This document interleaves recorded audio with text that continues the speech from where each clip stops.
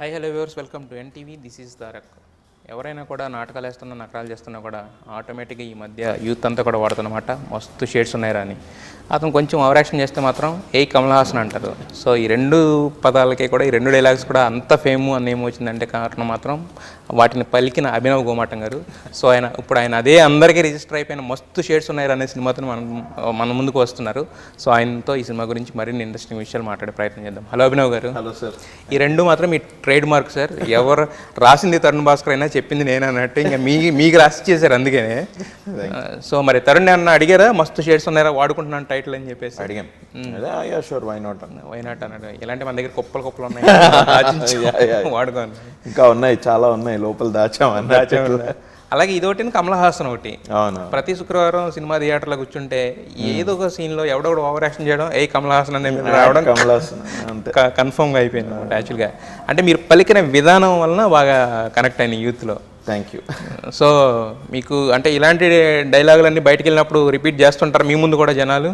నేను ఈ సినిమాకు ఒక ప్రివ్యూ వేసానండి 6 months ago. అన్నీ నా ఈ నగరానికి ఏమైంది డైలాగులు ఈ సీక్వెన్సెస్తో పాటు వేస్తున్నారు. ఇప్పుడు ఇక్కడ ఏదో కొద్దిగా నేను స్మార్ట్గా యాక్ట్ చేసిన, లేకపోతే ఇన్నోసెంట్గా యాక్ట్ చేసిన, మైక్ మస్తు సెటప్ చేసిన మైక్ అని ఇట్లాంటివన్నీ వేస్తున్నారు ఫస్ట్ హాఫ్లో. ఓకే, మీ డైలాగ్స్ మీకే పెడుతున్నాయి అనమాట యాక్చువల్గా. అది చూసా మాకు కాన్ఫిడెన్స్ వచ్చింది, okay this is good, nice ఇది అని చెప్పి. అయితే యాక్చువల్గా మీ బ్యాక్గ్రౌండ్ చూసుకుంటే మనక మీరు ఫస్ట్ థియేటర్స్ నుంచి మెల్లగా సినిమాల్లోకి వచ్చి షార్ట్ ఫిల్మ్స్ చేసి సినిమాల్లోకి వచ్చి ఇంతవరకు వచ్చారు కదా. సో మరి ఈ జర్నీ అంటే థియేటర్స్లో నుంచి సినిమాల్లోకి వచ్చి ఇక్కడ సక్సెస్ అవ్వడమే, ఇక్కడ పేరు తెచ్చుకోవడం ఇదంటే మీరు చాలా తక్కువ కాలంలోనే హీరోగా కూడా ప్రమోట్ అయ్యారు కదా. రైట్. సో ఎలా అనిపిస్తుంది చూసుకుంటే ఈ జర్నీ చూసుకుంటే? ఐఎమ్ హ్యాపీ, చాలా హ్యాపీగా ఫీల్ అవుతున్నాను నేను. అండ్ ఎస్పెషలీ వచ్చిన రికగ్నిషన్కి ఈ సినిమా ఎస్పెషలీ నాకు ఇచ్చిన తిరుపతికి, మా director Tirupati Indla Rao, I'm very thankful to them.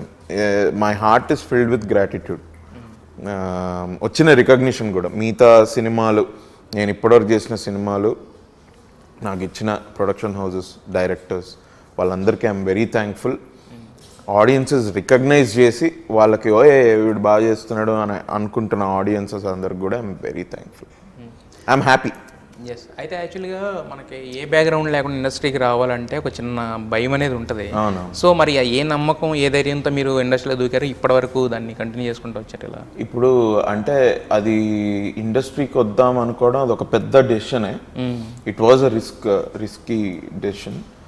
కానీ ఇంకా ధైర్యం అంటే ఒక్కొక్కసారి ధైర్యంగా ఫీల్ అవుతాం, ఒకసారి భయపడతాం. బట్ ఇంకా అదే ఇప్పుడు ఇంకా చేయాలి అన్నది ఒకటి గట్టిగా మనసులో ఉంది కాబట్టి ఆ మనసుని ఫాలో అవడమే. నేను స్వామి వివేకానంద గారిది ఒక కోట్ ఉంది, when ever there is a confusion between heart and mind, blindly follow the heart because it somehow already knows what you want. నాకు ఇంజనీరింగ్ తర్వాత నేను యూఎస్కి వెళ్ళొద్దు, నేను ఇక్కడే ఉండి ఈ యాక్టింగ్ని పర్స్యూ చేయాలి, అందుకని ఇక్కడ ఉండాలి. నాకు ఈ యాక్టింగ్ ఇది లేకపోయింటే నేను బేసిక్గా వెళ్ళిపోయాను యూఎస్కి. ఉంది, నేను చెయ్యాలి, దీనికి ఏం చేయాలి, ఇప్పుడు వెళ్దామా లేకపోతే వెళ్ళి కొంచెం డబ్బులు సంపాదించుకొని 5 ఏళ్ల తర్వాత వద్దామా, ఈ కన్ఫ్యూజన్ చాలా ఉండింది. నాకు హెల్ప్ చేసింది ఆ coat, when you are confused between heart and mind, just blindly follow the heart.